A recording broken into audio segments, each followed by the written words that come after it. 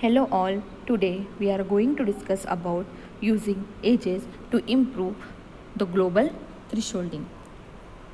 Based on the discussion in previous 4 sections, we conclude that changes of selecting a good threshold are enhanced considerably if the histogram peaks are tall, narrow, symmetric and separated by deep valleys. One approach for improving the shape of histogram is to consider only those pixels that lie on or near the edges between the objects and the background. An immediate and the obvious improvement is that the histogram would be less dependent on the relative sizes of the objects and the background. For instance, the histogram of an image composed of a small object on a large background area would be dominated by the large peak because of the high concentration of one time of pixel. We saw in the previous section that this can be lead to the failure in the thresholding. If only the pixels on or near the edges between the objects and background were used, the resulting histogram would have the peaks of approximately the same height. In addition, the probability that any of those pixels lies on an object would be approximately equal to the probability that it lies on the background, thus improving the symmetry of the histogram modes. Finally, as indicated in the following paragraph or in above section, that using the pixel that satisfy the some simple measures based on the gradient and Laplacian operators has a tendency to deepen the valley between the histogram peak. The approach just discussed assumes that the edges between the objects and the background are known. This information clearly is not available during segmentation, as finding a division between the object and background is precisely what segmentation is all about. However, with reference to the discussion, an indication of whether a pixel is on an edge may be obtained by computing its gradients or Laplace. For example, the average value of the Laplacian is 0 at the transition of an edge, as shown in figure. So, the value of histogram formed from the pixel selected by a Laplacian criterion can be expected to be sparsely populated. This property tends to produce a desirable deep valley discussed above. In practice, comparable results typically are obtained using either the gradient or Laplacian images, with the latter being favored because it is computationally more attractive and is also an isotropic edge detector. The preceding discussion is summarized is the following algorithm where f of x, y is the input image. First one is compute an edge image as either the magnitude of the gradient or absolute value of the Laplacian of f of x, y using any of the method we discussed in previous section. Second one is specify the threshold value t.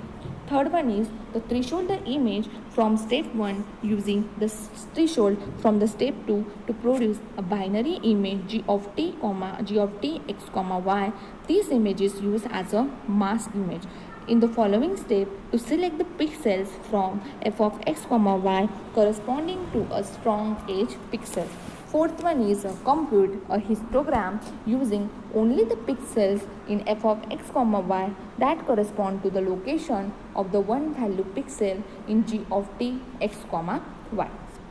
Use the histogram from the step 4 to segment f of x, y globally using, for example, Ostrow's method. If t is the set of any values less than the minimum value of the edge image, then according to the equations, g of t x, y will be consist of all the ones, implying that all the pixels of f of x, y will be used to compute the image histogram. In this case, the preceding algorithm becomes global thresholding, in which the histogram of the original image is used.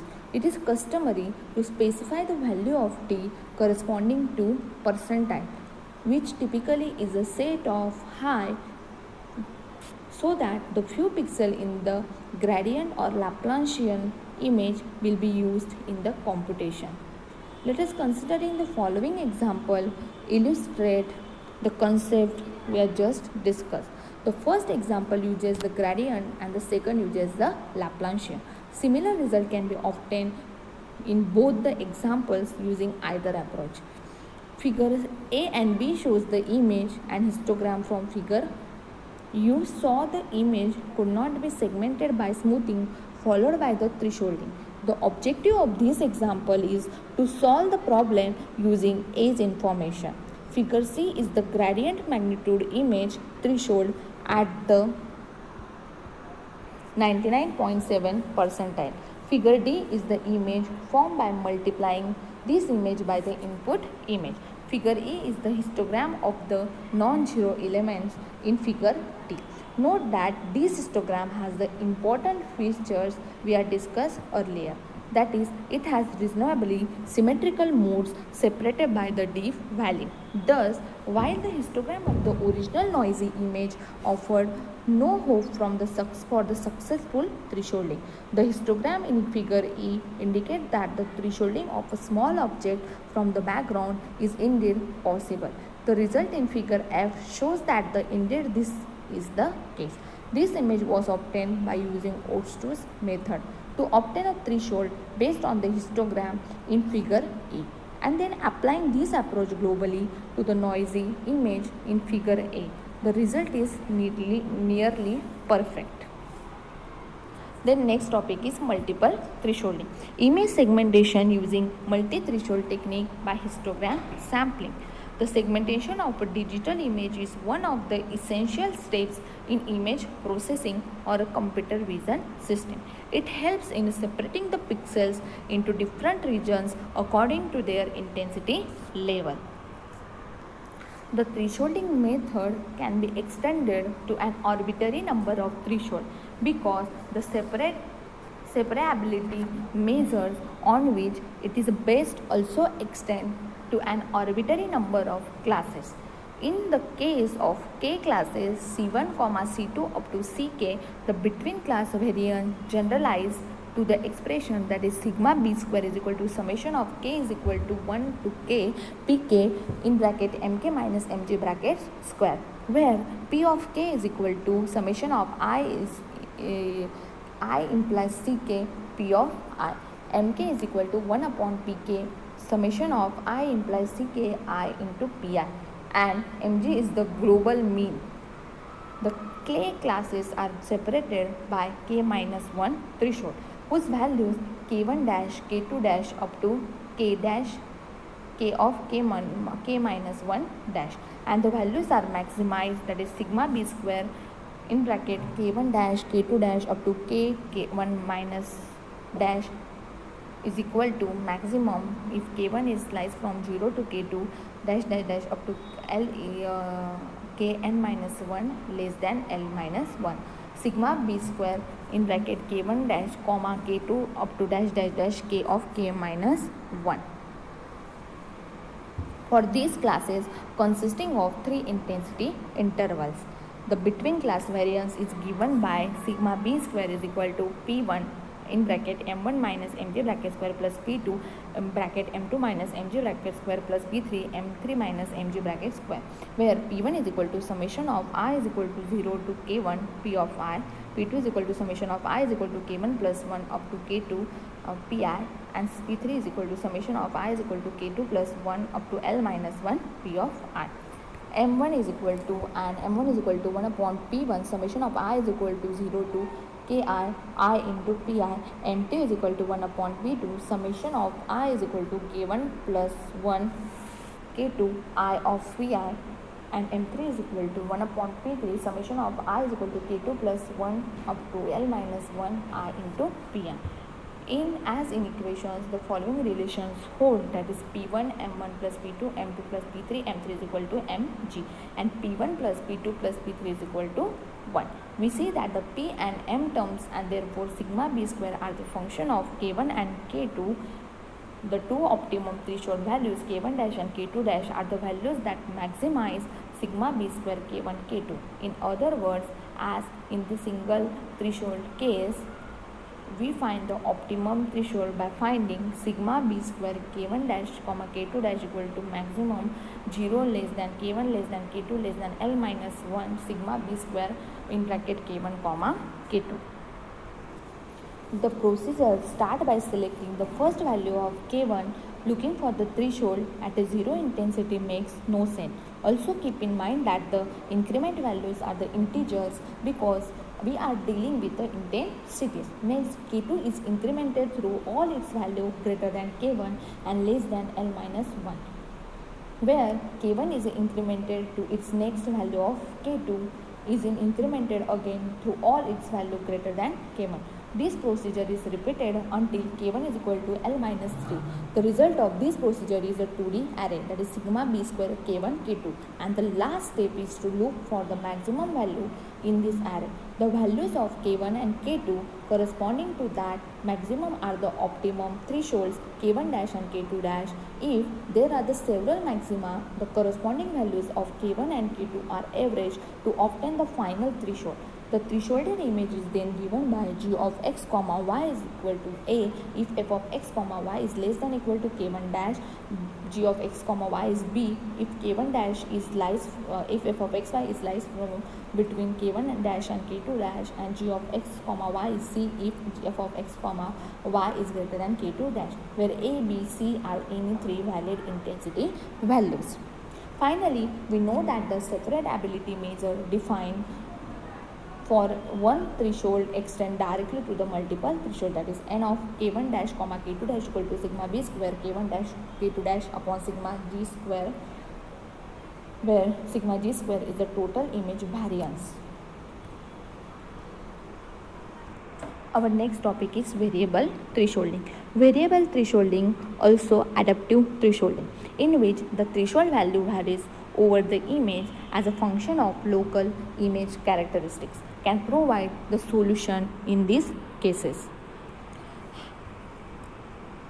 However, it frequently is the case that this type of pre-processing is either impractical or simply ineffective in improving the situation to the point where the problem is solvable by any of the method. In such a situation, the next level of thresholding is complexity involves variable thresholding. In this section, we discuss various techniques for choosing the variable threshold. First one is image partitioning.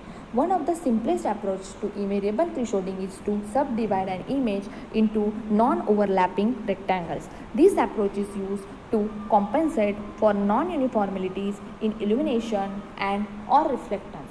The rectangles are chosen small enough so that the illumination of each is approximately uniform. We illustrate this approach with an example. Let us considering the one example. Figure A shows the image and figure B shows its histogram. When discussing the figure C, we concluded that this image could not be segmented with a global threshold, a fact confirmed by the figure C and D, which shows the result of segmenting the image using iterative scheme by using an odds-to method respectively. Both the methods produce comparable result in which numerous segmentation errors are visible. Figure A shows the original image subdivided into 6 rectangle regions, and figure F is the result of applying odds-to global method to each subimage. Although some errors in segmentation are visible, image subdivision produces a reasonable result on an image that is quite difficult to segment. The reason for the improvement is explained easily by analyzing the histogram of each subimage. As figure shows, each subimage is characterized by bimodal histogram with a deep valley between the modes, a fact that we know will lead to effective global thresholding. Image subdivision generally works well when the objects of interest and the background occupy a region of reasonably comparable size. When this is not the case, the method typically fails because of the likelihood of subdivisions containing only object or background pixel. Although this situation can be addressed by using additional techniques to determine when the subdivision contains both types of pixel. The logic required to address a different scenarios can be complicated. In such a situation, methods such as those discussed in the remainder of this section is typically are preferable. The next one is variable thresholding based on the local image properties. A more general approach than the image subdivision method we had discussed in the previous section is to compute a threshold at every point x, y in the image based on one or more specified properties computed in a neighborhood of x, y. Although this may seem like a laborious process, modern algorithm and hardware allow for fast neighborhood processing, especially for a common function such as logical and arithmetic operations. We illustrate the basic approach to local thresholding using the standard deviation and mean of the pixels in the neighborhood of every point in an image. These two quantities are quite useful for determining the local thresholds because they are descriptor of local contrast and average intensity. Let sigma xy and m of xy denote the standard deviation and the mean value of the set of pixels contained in the neighborhood S of x, y, centered at a coordinate x, y in an image. Regarding the computation of the local mean and standard deviation, the following are the common form of variable local threshold, that is T of x, y is equal to A of A into sigma x, y plus B into m of x, y, where A and B are the non-negative constant and T of xy is equal to A of A into sigma xy plus B mg, where mg is the global image mean. The segmented image is computed as g of x, y is equal to 1 if f of x, y is greater than T of x, y and 0 if f of x, y is less than equal to T of x, y, where the f of x, y is an input image. This equation is evaluated for all the pixel location in the image and a different threshold is computed at each location x, y using the pixels in the neighborhood S of x, sxy. Significant power can be added to a local thresholding by using predicate based on the parameters computed in the neighborhoods of x, y is g of x, y 1 if q local parameter is 2 and 0 if the q local parameter is false, where q is a predicate based on the parameter computed using the pixels in neighborhood sxy. For example, consider the following predicate q of sigma xy, mxy, the based on the local mean as a standard deviation q of sigma xy, m of xy is 2 if f of x, y is greater than a sigma x and f of x, y is greater than b m xy and false otherwise. Next topic is using moving averages. A special case of the local thresholding is just may discuss is based on the computing a moving average along the scan line of an image. This implementation is quite useful in document processing where the speed is fundamental requirement and the scanning is typically carried out line by line in a zigzag pattern to reduce the illumination bias. Let zk plus 1 denote the intensity of the point encountered in the scanning sequence at step k plus 1. The moving average means mean intensity at a new point is given by m of ak plus 1 is equal to 1 upon n summation of I is equal to k plus 2 minus n to k plus 1 zi m of k plus 1 upon n in bracket z of k plus 1 minus z of k minus n, where n denote the number of points used in computing the average and m of 1 is equal to z1 upon n. This initial value is not strictly correct because the average of a single point is the value of the point itself. However, we use m of 1 is equal to z1 upon n so that no special computations are required. For startup, another way of viewing it is that this is the value we obtain if the border of the image will be padded with n-1 0. The next topic is multivariable thresholding. Multi-level thresholding is the process that segments a gray level image into several distinct regions. This technique determines more than one threshold for the given image and segments the image into certain brightness region, which correspond to one background and several objects. Thus far, we have been concerned with the thresholding based on the single variable grayscale intensity.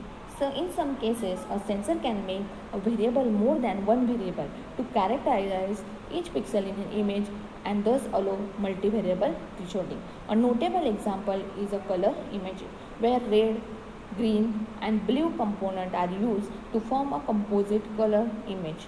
In this case, each pixel characterized by the three values and can be represented as a 3D vector, that is z is equal to z1, z2, z3, whose components are RGB color at a point. These 3D points often are referred to as voxel to denote volumetric element as opposed to the image elements. Let us consider the example document thresholding using the moving averages. Let us consider the figure A shows an image of handwritten text shaded by a spot intensity pattern.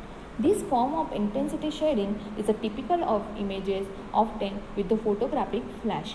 Figure B is the result of segmentation using the Oakes global thresholding method. It is not unexpected that the global thresholding could not overcome the intensity variation. Figure C shows the successful segmentation with a local thresholding using the moving averages. A rule of thumb is to let n equal to 5 times the average stroke width. In this case, the average width was 4 pixels, so we let n is equal to 20 and use b is equal to 0.5. The figure B and C shows the segmentation result are comparable to those in figure A.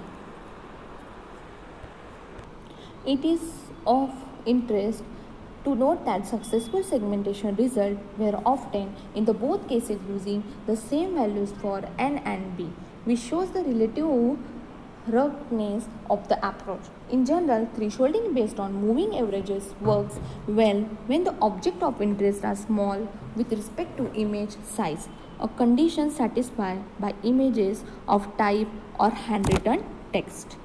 As we discussed, the multivariable thresholding may be viewed as a distance computation. Suppose that we want to extract from the color image all the regions having a specified color range, say reddish hues.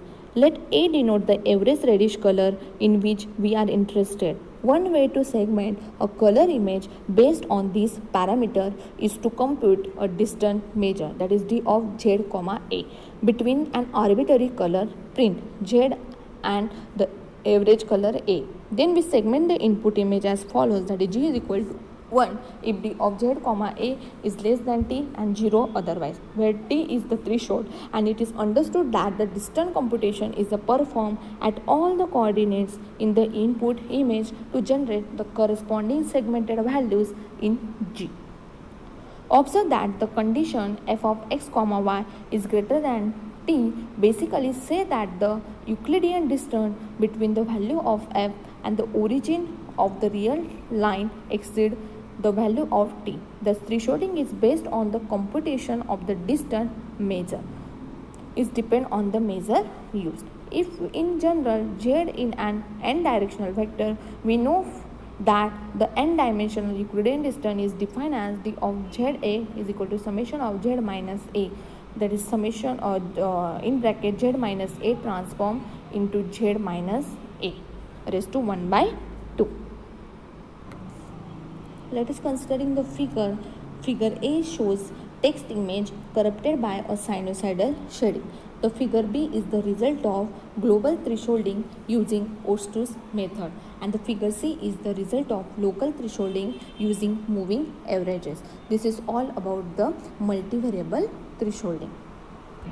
As on figure, as another illustration of the effectiveness of this segmentation approach, we use the same parameter as in the previous section we had discussed to segment the image in figure A, which is corrupted by the sinusoidal intensity variation typical of the variation that may occur when the power supply in the document scanner is not grounded properly. As figure B and C shows, the segmentation results are comparable we are discussing above figure. It is of interest to note that successful segmentation results were obtained in both the cases using the same values of N and B, which allow to relative ruggedness of the approach. In general, thresholding is based on the moving averages worked well when the object of the interest are small or thin with respect to the image size, a condition satisfied by images of type or handwritten text. This is all about the variable thresholding. Thank you.